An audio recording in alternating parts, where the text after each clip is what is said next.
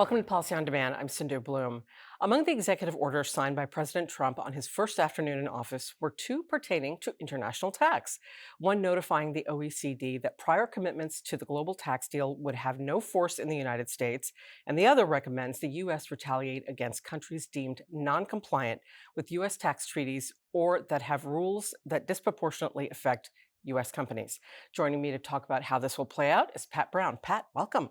Thanks, Sindhu. Great to be here. So I know we've only had a short bit of time to actually process everything that's happened so far, but let's start by talking about the executive order pertaining to the OECD. If you Sure. could talk about what's in it, how it's meant to be implemented, and why. Sure. And let me just start by saying what an extraordinary thing to happen on the first day of a presidential administration to see the OECD used in a sentence in an Right. executive action, to see an executive action that relates to not just tax, but corporate tax Right. and international corporate tax. So really, really quite extraordinary days that we are living through right now. So the executive memorandum, really, the OECD document was a memorandum. It also it was a directive from the president to the Secretary of the Treasury and the USTR to produce a report in 60 days that would deal with questions of countries that have imposed extraterritorial or discriminatory taxes on the United States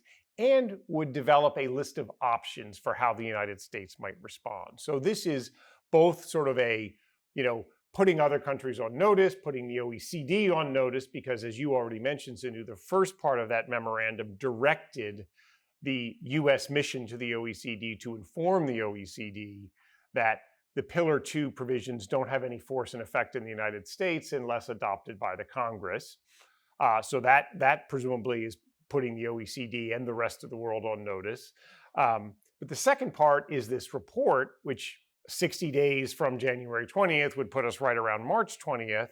So a report that develops a list of options for how the United States might respond to the imposition of tax practices that the United States does not regard as appropriate. So that's really what's in that first memorandum. And again, extraordinary that it happens on day one of Right. the administration, but it is clearly intended to signal to other countries and to the OECD that this administration intends to take a very different approach Right. to the OECD project than the prior administration, and will look to protect US interests, including, importantly, by developing a list of options for how the US might respond. So I want to clarify one thing. So there's a report that needs to be developed. Right. We're talking time now, that this Right. is going to take some time because I Yes. think on day one, the feeling was that this is action, like something is happening, right? And Right. something is happening. Yes. But in terms of implementation, it's Yes. going to take a bit of time. Yes. Okay. Yes. So let's talk about the fact that Ways and Means Chairman Jason Smith has announced this morning about Right. reintroducing a bill to bolster this second Yeah. executive order. Could you talk about that? Yeah. And so, first of all, the second executive order itself, which was separate from the order addressing the OECD specifically by name, the second executive order, which was actually part of a trade policy executive order, deals with specifically Section 891 of the Internal Revenue Code. Now, Section 891 is a pretty curious provision. It's never actually been applied, but it directs the president or empowers the president and only the president to put in place essentially a doubling of US tax on citizens or corporations from countries that are considered to engage in tax practices that are considered extraterritorial or discriminatory. Now, that turn of phrase, extraterritorial or discriminatory taxation, is an interesting one. It's in Section 891, which, as I mentioned, doubles the rate of tax imposed on individuals or corporations from countries that are found to impose these extraterritorial or discriminatory taxation measures. That's in Section 891. That's in this statutory provision that empowers the president and has never been invoked. That same language, extraterritorial or discriminatory taxation measures, is in the legislation that was first introduced by the House Ways and Means Committee Republicans in 2023 and has now been reintroduced by Chairman Smith. This new legislation, we haven't seen the text yet, so maybe there'll be some tweaks from the text that was that was introduced in 2023, but it's that same turn of phrase, extraterritorial discriminatory taxation. The bill that House Ways and Means Republicans introduced in 2023 and Chairman Smith has announced is now being reintroduced uses that same turn of phrase.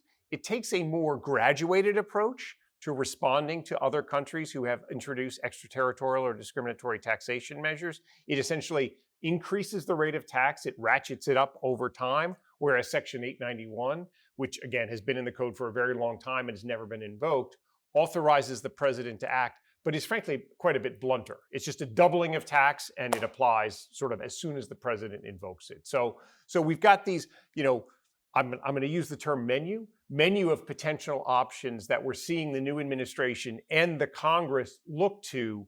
Obviously, Section 891 has not been invoked. All we have right now is an executive order directing the Treasury Secretary, together with Commerce and USTR, to investigate potentially whether Section 891 should be applied and to what countries it should be applied. And now we have this, if you will, companion piece of legislation that House Republicans have reintroduced, again focusing on this concept of extraterritorial or discriminatory taxation. And once it's approved, it's signed into law, let's say I'm going a little bit down the line, right, because I want to know how this is going to be implemented.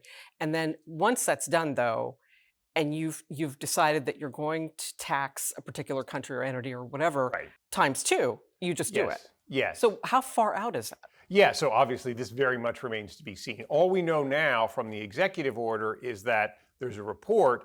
Now remember, there's the report that's described in the OECD Day One Memorandum executive order from the White House. Separately, the report in this trade policy document executive order. The report from this trade policy document is due right around April 1st. So we're going to have something that we expect right around March 20th, something that we expect right around April 1st. These are both executive actions in the form of reports. We've also got proposed legislation. What's the timeline for this legislation? Does it get folded into the reconciliation bill that we've been talking about, or reconciliation bills that we've been talking about? We don't know the answer to these questions. Right. So it's important to emphasize, Sindhu, we're very early innings, right? We do not know the direction of exactly how this is going to unfold.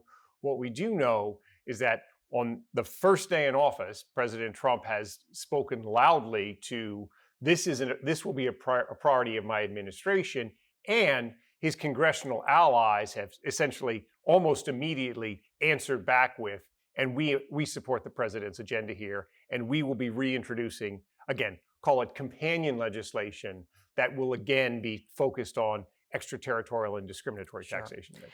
Okay, let's go back to the EO on dealing with the OECD. So Right. what does that stance, how effective is that toward the OECD's two-pillar project? So the big question with respect to this stuff, of course, now, or one of the many big questions is, and how do other countries react?